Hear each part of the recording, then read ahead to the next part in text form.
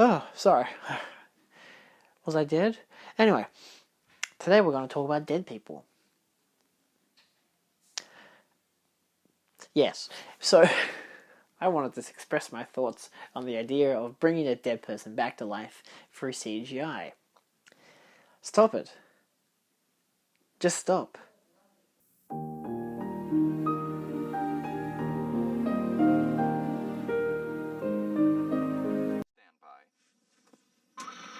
Dark masks, gather round your TV set, put on your masks, and watch. All witches, all skeletons, all jack-o'-lanterns. The third commercial, it's still on, please. Take off the third channel, it's still running. Stop it, please, for God's sake, please stop it. There's no more time. You've got to, please, stop it now, turn it off. Stop it, stop it, stop it, stop it, stop it, stop it! So, I wanted to talk about The Mandalorian and how I didn't like the end of the second season because they brought back Luke. Not because they brought back Luke, but because they brought back Luke with this dumbass CGI face. Took away complete emotion. I was laughing the whole entire scene, and it's like it's meant to be a really dramatic scene. It's like, oh no, Baby Yoda's leaving. All this stuff is going. It's like, oh no, it's sad, But I'm like, dude, this shit's hilarious. His face looks dumb as fuck. I was watching it on my big screen, the 4K version from Disney Plus. It just looked dumb as crap. Yet most people I know are like, that looked fine. I'm like, did nobody else see what I saw? It looks nothing like him. It literally looks like a PS2 character, or even worse. It was like I saw a meme that was Malfoy from the Harry Potter games. That was hilarious. Anyway, that got me thinking about the idea of bringing people back from the dead with CGI. Say Carrie Fisher, though she wasn't. Shit, was she dead at the time? She wasn't dead when they were making it. She did die just after they released it. Just before they released it. So there's that. Rip. But, for Rogue One, they had the CGI younger version of herself from the film. Which, sure, it's okay that she's in it. She doesn't need to be, but it's okay that she's in it. But she doesn't look very great in it, obviously. Tarkin's more the one who's dead, who looks much better, but didn't need to be in the film. It's coming to this point where Disney's de-aging a lot of people, and it's useless. But de-age is kind of different, because de-aging Carrie Fisher makes sense for the scene and everything, but having Tarkin come back to life is just stupid. Because in a lot of the Disney films, they're de-aging people, but Guardians of the Galaxy Volume 2, you have a younger version of Kurt Russell, and he looks great. The de-aging usually works a lot, but I don't like how they did it in Mandalorian, probably because the show was maybe a smaller budget, even though it's a Disney film, Disney show. I just thought it was worthless to have Luke de-aged and it just looked like shit. But hey, gotta appease the fanboys. They don't care that Grogu's going, he'll come back next season. Let's just be like, wow, look, Luke is back, how cool is that? Fucking fan service can suck my dick. Anyway, let's just talk about dead people, alright? The only person I think it's okay that they've ever brought back to life in a CGI format is Paul Walker. Because contextually it makes sense. His death was tragic and dramatic and way too early. And of course they were in the middle of making one of the Fast and Furious films. I believe it was Fast and Furious 7.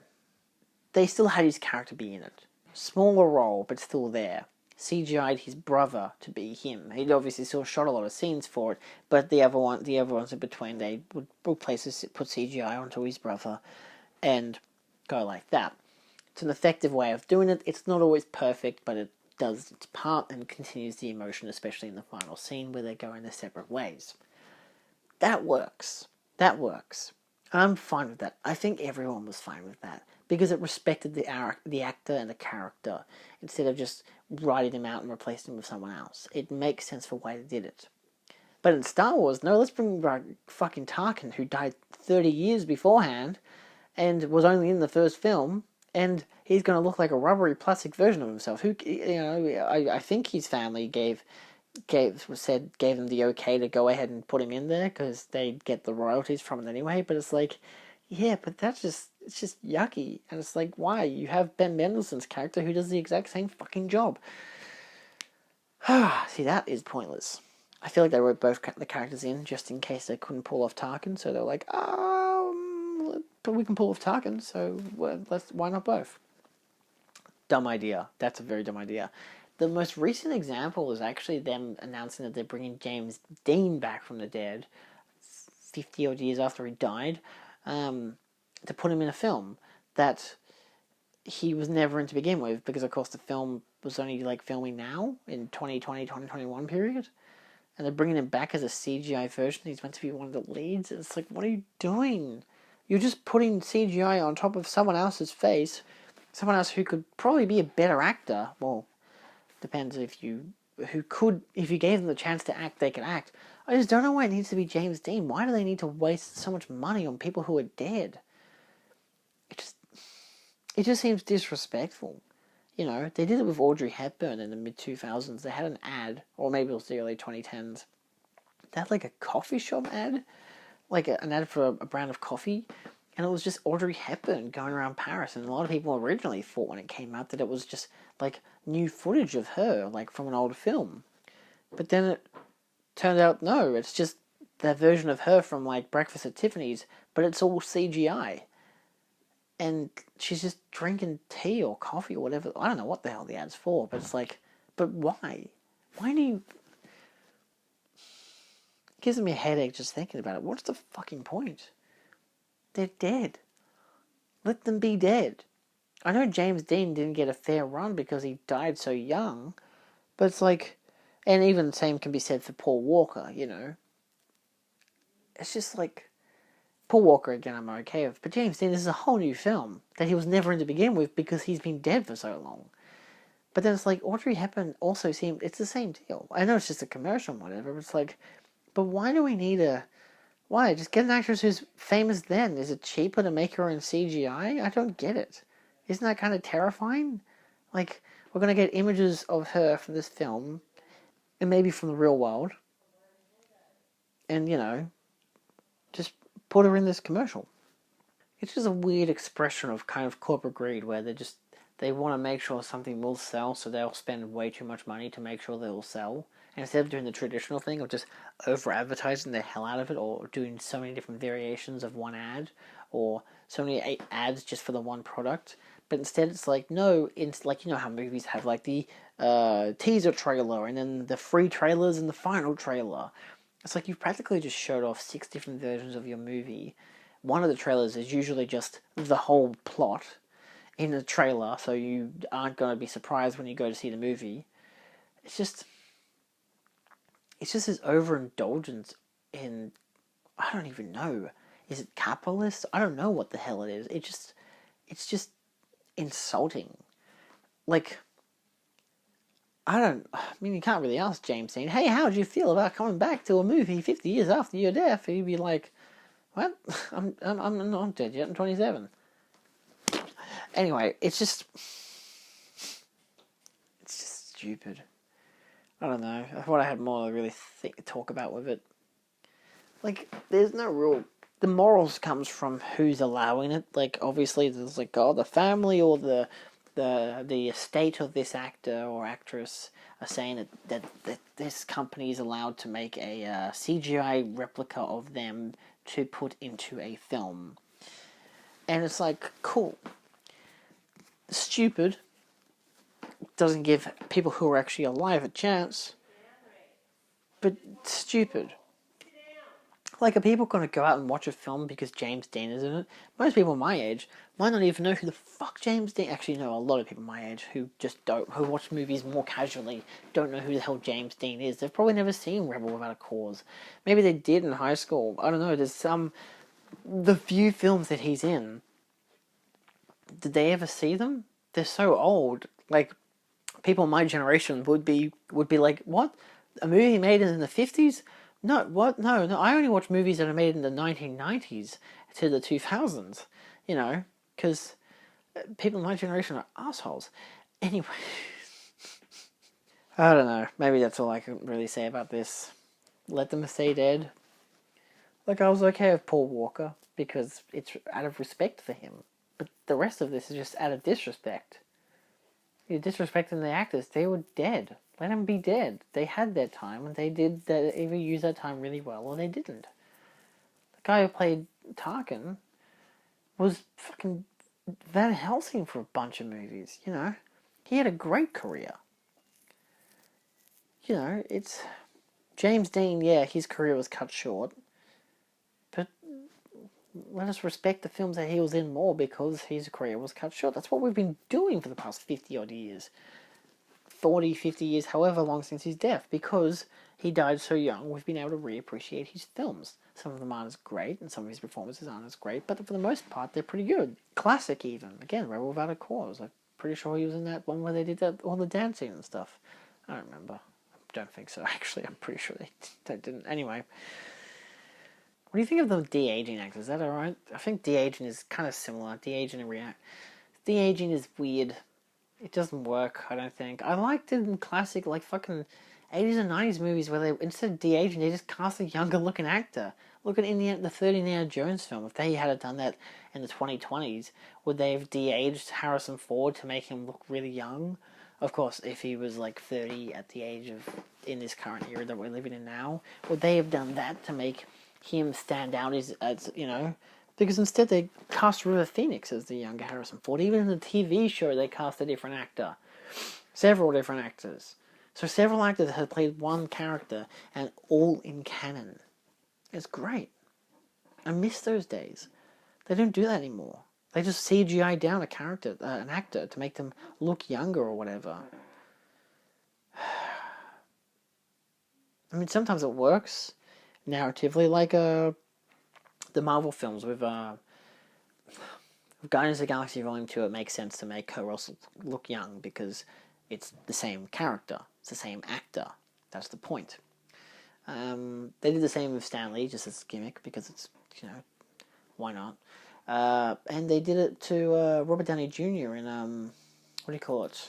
It was Civil War, where they de-aged Robert Downey Jr. to have a scene with his parents.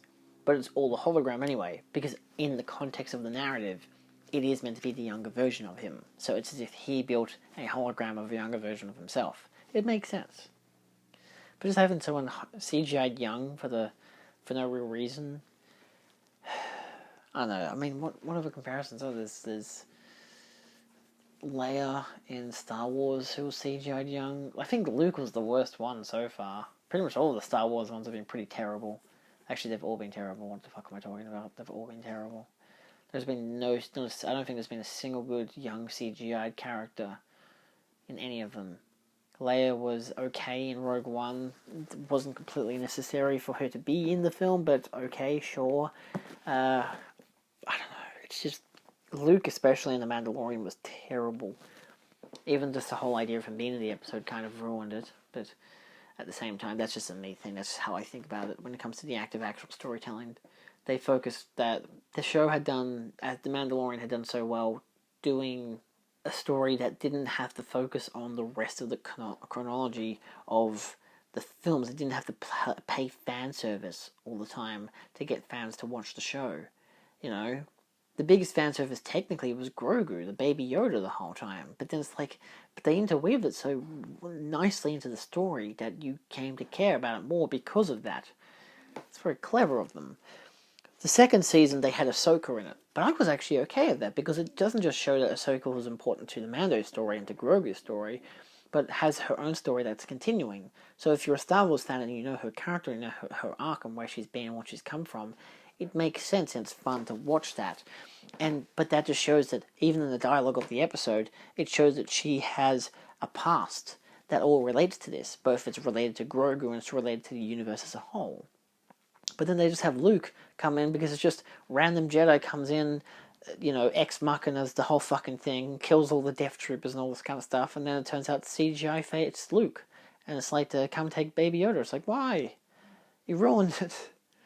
You know? And everyone's saying how clever it was. Like, oh, they revealed the X-Wing and then the hand and then the lightsaber. It's like, oh my god, it's probably Luke. It's like, obviously it's fucking Luke. Who else would it be? You know? You know, if they had Ahsoka earlier in the season, they're not going to have Luke, you know, they would have had Luke earlier in the season if they wanted to do it like that. But no, of course, they were going to have Luke as the end-all payoff to the season. And it's only canon. It's only relevant to Star Wars fans. Imagine being someone who's watching like The Mandalorian without watching any other Star Wars canon. I feel like it would be very confusing. First season you'd be fine. The second season you wouldn't be as well. But it's like the way they did Ahsoka was perfect because you could watch. Like, I don't know much about her character. I've seen her in Clone Wars. I haven't seen her in Rebels. I've seen bits and pieces, so I know enough about her. But they've established her well enough in the episode that you don't have to have seen the earlier stuff. But if you have, you know what she's been through, and they're referencing that, and you can understand that deeper, like how she was Anakin's Padawan and stuff like that. But then you've got something like the end of the fucking season, where bloody Luke comes in, and it's like, well, you have to have watched the original trilogy. You have to have watched at least 3 different movies to know who the hell Luke is. And if not, you have to have watched all 9 of them to understand his whole entire arc. From him being, Anakin's son, who becomes Vader, and then how he goes through that whole original trilogy, and then how he dies. You don't really have to watch the sequel trilogy. A lot of people who watched the Mandalorian episode were like, yeah, this is the Luke that I love, and I remember. It's like, yeah, because this is like a year or two after Return of the Jedi. Of course he's the same fucking character. He hasn't changed yet. That's what time does. It changes people. Maybe it's because Force Awakens was just Han Solo was the same character that he was in the first film, and Leia was the same character that she was in this first film. Well, she was the same character from Return of the Jedi, so she hasn't changed. Imagine that, not changing for 30 straight years. Luke was the only one who changed because he was allowed to. No one else was allowed to change for some fucking reason. They even made a gag of that. C-3PO was like, do you want to know why I have this red arm? It's my only change in the past 30 years. It's like, we don't care. It's not relevant. Having Luke come in just kind of ruined the episode for me. It's still a stock standard episode. I knew exactly what was going to happen I had no spoilers whatsoever. I was like, I put it on, I'm like, I know exactly what's going to happen this whole entire episode. And it happened. I had fun watching it. But then when Luke took off his hood and revealed himself to be CGI-faced weirdo, I'm like, oh no. And then ruining the emotion of the scene by taking Baby Yoda, and it's like, yeah, but they've ruined the emotion of the scene because of the goddamn CGI Luke's face. Fucking de-aged him, god damn it, looks like crap. But it doesn't make any sense in the narrative if you haven't watched the original trilogy. If you don't know who Luke is, you're like, who is this guy? He's just taking Baby Yoda. What the hell was Baby Yoda going? Because he doesn't say, I'm Luke Skywalker. Well, he probably does. But, like, he doesn't give you this whole backstory. I'm the son of Darth Vader. I'm the one who should defeat the Empire. Like, you don't get that shit. You need to at least have a fundamental understanding of his character, which they don't present in the goddamn show. So you have to have watched all the previous canon. That's my 2 complaints with it. He looks ugly as fuck, and you don't know who the hell he is. So, yeah. Anyway, that's my thoughts on them de-aging and remaking people out of CGI who are dead. Thanks for watching. What are your thoughts on this stuff? Do you think I'm wrong about The Mandalorian? Because I don't care. It's a fucking Star Wars show. I'm meant to respect it as more than just Star Wars. I expect Star Wars to be popcorn fodder. I enjoy it. I love it. I don't expect it to be high art or anything. The only one that was ever high art was the one that everyone hated. And I'm like, I love The Last Jedi, but everyone else hated it. Well, not everyone else. Die-hard fans who were like, oh, I want my fodder. I want my basic stuff that doesn't do anything different. Fucking Star Wars. Goodbye.